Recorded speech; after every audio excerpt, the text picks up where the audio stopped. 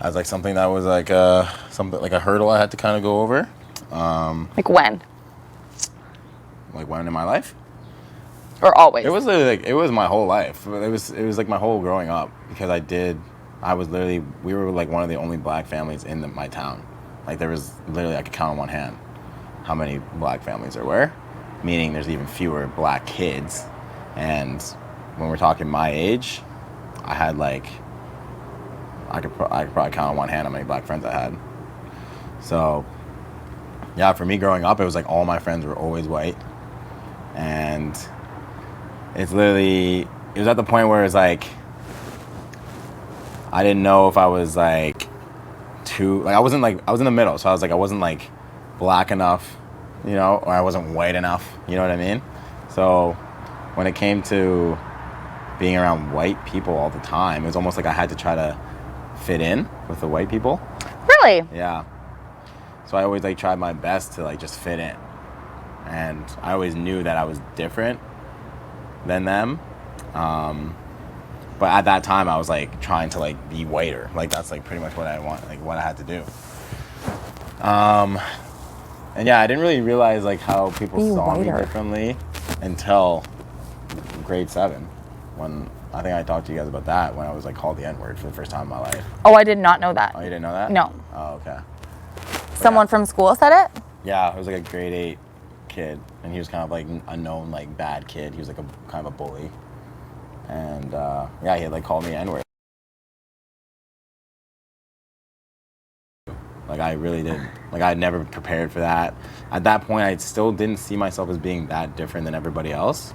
But at that moment, that's when I realized that I was, and I literally didn't know what to do. Like I didn't tell any teachers or anything like that. The only person I told was my brother, but he was in high school already at this point. And I just remember going home and telling him, and like he was obviously very upset. Mm-hmm. And he's like, "You need to tell somebody. Like you need to tell like the principal. You need to tell somebody." So I went and I told like my teacher, and I told the principal, and it was like. But you probably wouldn't have. No, I probably wouldn't have. But then looking back, like the kid got like a 2-day in-school suspension for it. You know what I mean? And it's just like it made me feel like it wasn't as big of a deal as it really was in the grand scheme of things. And I'll literally never forget that day. Like I'll never forget how it happened, like where it was. Like I know exactly who it was. How gross you felt. Yeah, it just felt terrible. So it's like little things like that just reminded me that I was different growing up. And that was like the first big thing I had to deal with. And then just like, yeah, like going through high school and stuff, like it really didn't change. My high school was like 90% white people, and I was just in pretty much every setting, I was the minority, like every time.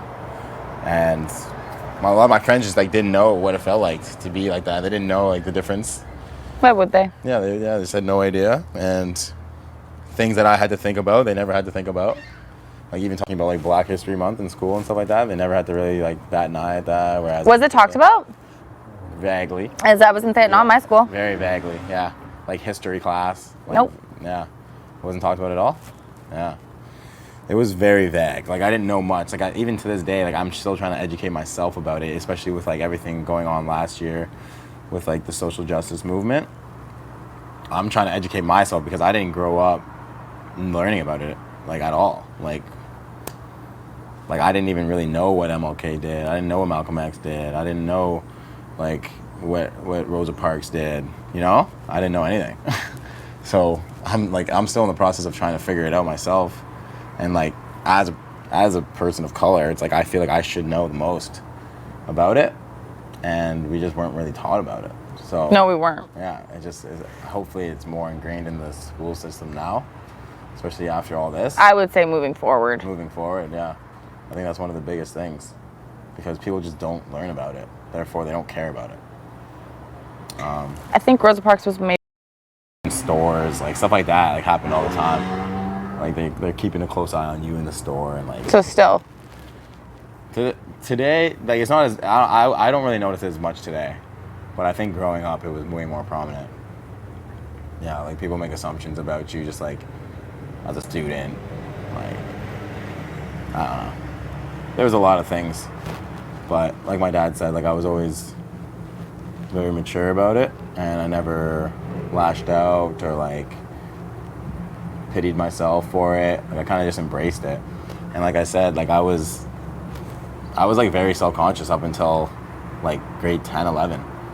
And like that was part of it, like being a minority. Like that was a huge part of it. I was always trying to fit in. I wasn't the biggest person.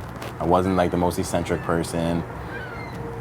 And then once I just felt comfortable in my body, I just like used it as more of like, I'm unique in this way and I can use it to my advantage. So I started thinking of it less as like a disadvantage and more as an advantage as I got older. And once that happened, that's when I started really like thriving. So it wasn't until I was like 16 years old that I really... Because you did say that. Yeah. But you always based it off of like your stature. Exactly. Nothing else. Yeah, so... Yeah, it wasn't the easiest, but I always just, tried to see the best side of it. So you always had like white teachers and like your principals? Yeah, I never once had a black teacher. Teacher? I don't even know if there was any black people in staff. Wow. We never had a black teacher. I don't think so in my school either. Yeah. We had like I think he was like, and my dad's like best friend is like, he's from like literally Africa. And his whole family is there now. Like he has his whole family, and like they're one of like our best friends, and they're dark-skinned black people. Like, which one of you is adopted, or like which one of you is this? You know what I mean? And it's just like, it's just ridiculous. I don't answer, but I'm just. I was gonna say you don't give that attention, do you? I don't give attention to that, but people just jump to assume, conclusions. But. Oh gosh, it's like why even ask? Yeah, I know. Yeah. Obviously, people are curious. Yeah, people are definitely curious. And you have a unique situation for sure. Yeah. It's definitely. But it doesn't matter. Definitely a unique situation. But yeah, thanks for asking. Did you ever go to where your dad's from? Have you ever been there? Yep. Yeah, I mean, he would say that. It's like way more developed than when he grew up. Touristy. Yeah. I think more touristy, but I think it's always been a tourist spot. Okay, because it's obviously extremely beautiful. Yeah, it's really nice. It's like a lot of like just greenery, nature. It's like super hilly. Yeah. Like, driving there is like terrifying. Like you're nauseous. Yeah, and it's just like scary. Like you're going around corners, you have to honk. Yeah. Yeah, because if you take it too wide, Someone else is coming. and you're off a mountain. Like you're on a